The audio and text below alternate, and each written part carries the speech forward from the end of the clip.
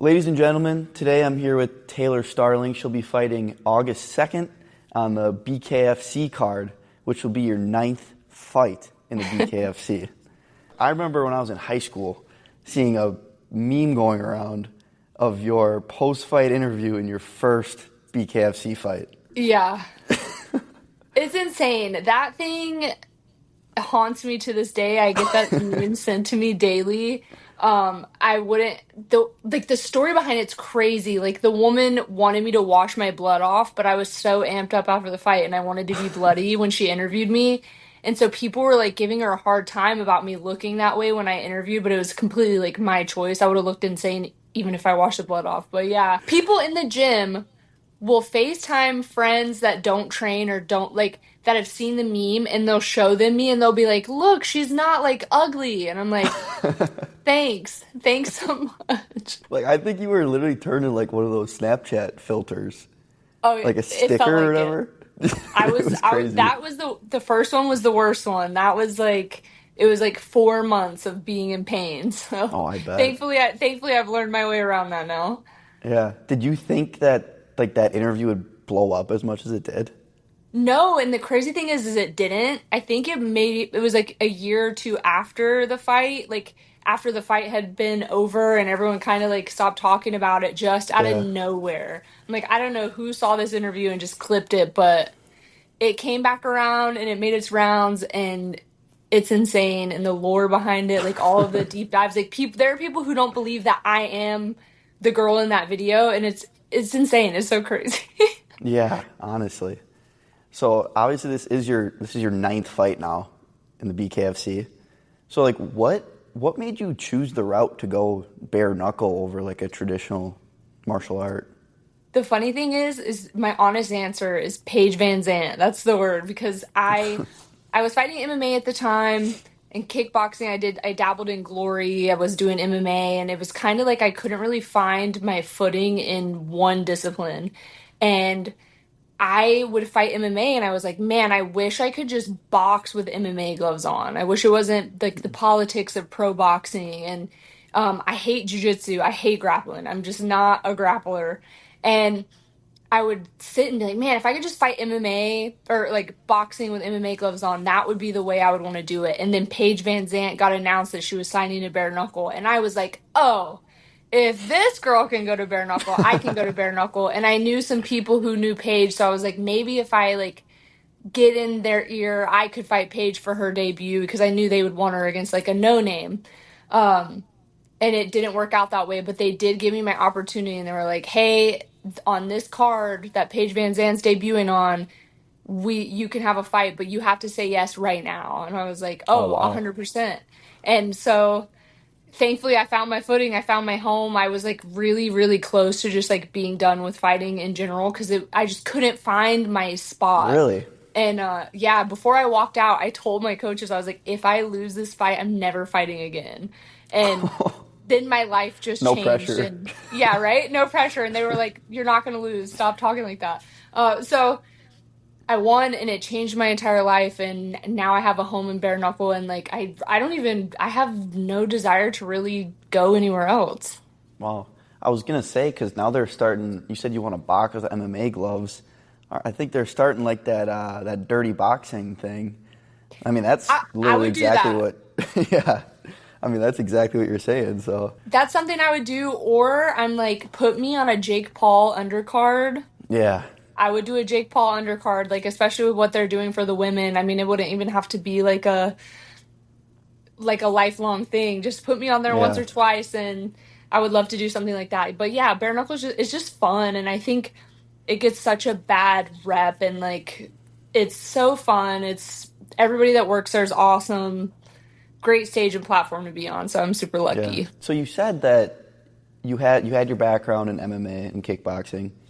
What is like different mindset wise preparing and like going into like a bare knuckle fight compared to like you have big gloves on or MMA gloves on? I will tell you this, like the work is still hard, but like grappling and wrestling is so exhausting. I love wrestling, don't get me wrong. Jiu-jitsu is where I draw the line. but it's definitely a lot less injuries. Like I feel like when I was Oh doing yeah. jujitsu and wrestling, like or kickboxing, like I was always hurting or always bruised. My back was hurting, my neck was hurting. So that's where it's like easier. But the mindset, like you have to be able to go in there and just like not give a shit. Like you have to be like, I'm going to go in here and I'm like I go into every single fight like I'm walking out like the first fight. Like that's what I'm gonna look like. I keep that in my mind at all times. I'm like I'm not coming out unscathed. Like you just have to accept that and be willing to go in there because I mean at the end of the day you're trying to hurt the other person too. You just have to have that mindset. So that's where it's different. I feel like but it's crazy because I feel like I've been hit the hardest and the most painfully with gloves on versus Really? without. Yeah, which is it sounds so insane. Like everything's so superficial to me at least in bare knuckle. I feel like you get cuts and bruises and you look crazy for a week or two, but MMA and boxing like I've been hit way harder like with Yeah. way harder punches with gloves on. That is actually so weird to think. So when you fight bare knuckle, if I hit you with like my hardest punch in your forehead, I can only do that so many times before it hurts my hands or I'm breaking my Yeah. hands. So you really can't even like hit people necessarily like with your hardest everything. So I think Yeah. people don't realize that. I mean, of course, there's like a lot of cuts and bruises and being bust open, but that's just like it goes away so fast. That I think your hands are definitely what hurts the most more than anything. Like you get pretty fucked up, but your hands are swollen and they hurt from hitting somebody else. Are you conditioning your hands somehow for the fight, or how does that work? Yeah, we have there's Makiwara boards, which some people will punch bricks and punch walls and I don't Jeez. really typically go that route. The Makiwara board is like the closest thing you can get. It's got padding on it so you don't rip your knuckles open. I'll do that, but for the most part I wear like I've got bag gloves or like the smaller like bag gloves that I use for hitting the bag or hitting mitts. When you spar, obviously you can't spar uh without gloves on, but I use Right. like the bubble gloves and things Okay. like that to get that feel because it's different. Like I just said, a boxing glove is 2 inches like on your hand.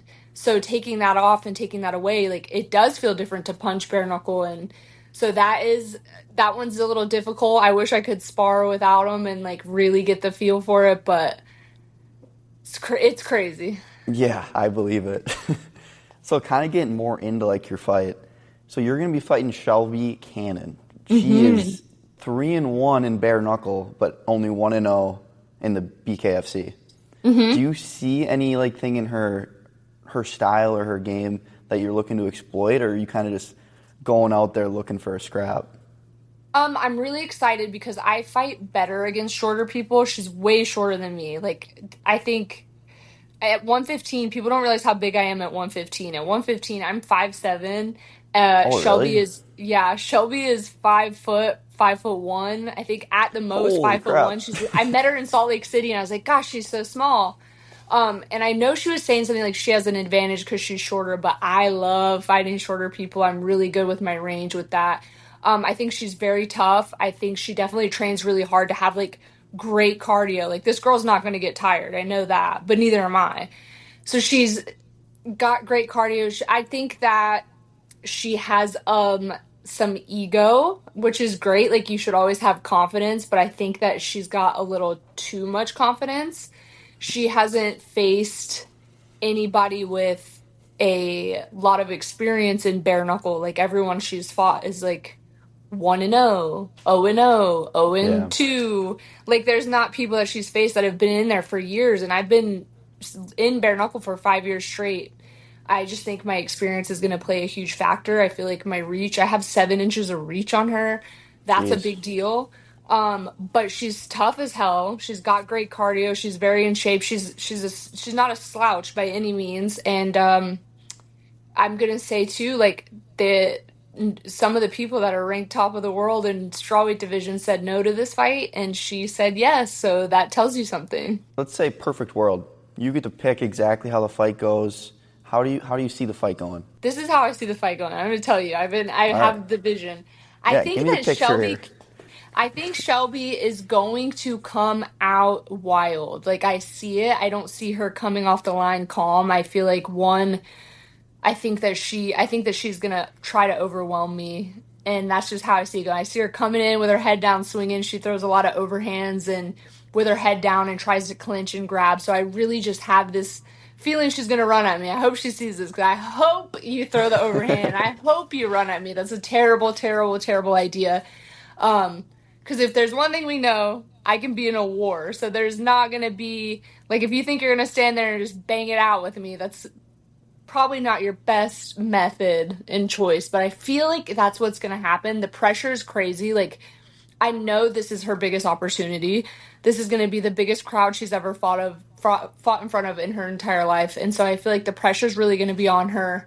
So I see her swinging wild and coming at me as fast as she can and just crazy. And, I just have to negate that. That's what I see. What are you looking for, like, after this in the BKFC or even outside of it? I know you did say earlier you're not looking outside of it right now, but like give me like a roadmap of like where you want your career to be in the next year, 1 to 3 years.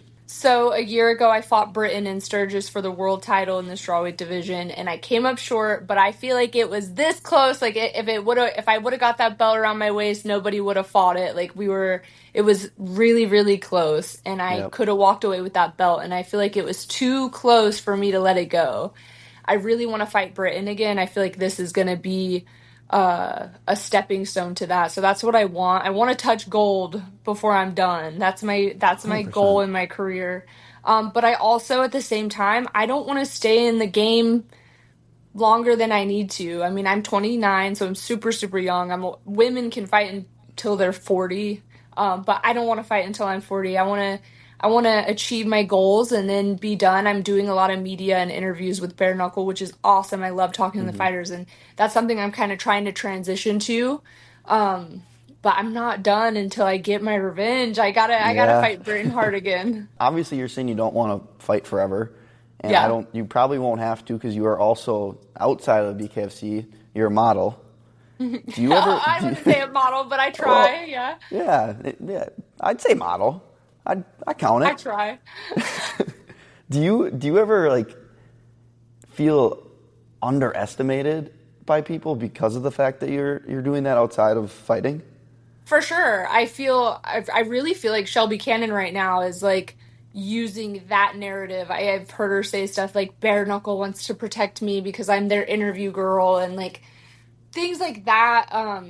For instance, they just put a poster out of me, like, on a bike, and I'm, like, sexy on a bike, and it's not, like, one, I'm a woman. I love being a woman. I love being pretty. I'm very vain. I'm not gonna lie and say I don't love dressing up and putting makeup on, but I also know what sells. Like, at the end of the day, you have to know this game, and unfortunately, like, just being a good fighter isn't gonna get you very far in this game. You gotta be able to talk. You gotta be able to walk. You gotta be able to...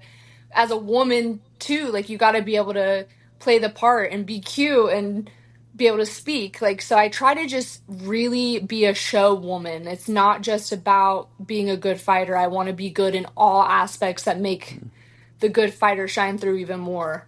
Right. So I do feel definitely underestimated. I've heard it. I've heard people talk about all the time how I don't care about fighting, but people don't know how hard I work. I have been training all day and I rush home and shower, but I'll be damned if I wasn't getting on this camera and, like, didn't put a little bit of mascara on or, like, look somewhat put together. Yeah, a lot of people underestimate that, but I don't care. Like, at the end of the day, I know what I do. I work hard, and I kill it, and I crush it, and I come to fight every time. So, final message, not just for the fans, but also for your opponent. What is your final message to her? Shelby Cannon, I can't wait to step in that ring. You know, I think there's a little jabbing going on. I know that you're training hard. I watch your shit. I study you. I've watched every video of you, every interview, every social media post. I can't wait to share the ring with you. The fact that you're stepping in there when a lot of other people said no is a big deal, but one thing she said, and I keep bringing it up, she did an interview where she said fighting me didn't make sense because I have 2 losses. Shelby Cannon, August 2nd, I'm going to make it make sense. Sweet. That's perfect. Well, thank you for making the time today, and good luck on August 2nd. Thank you so much.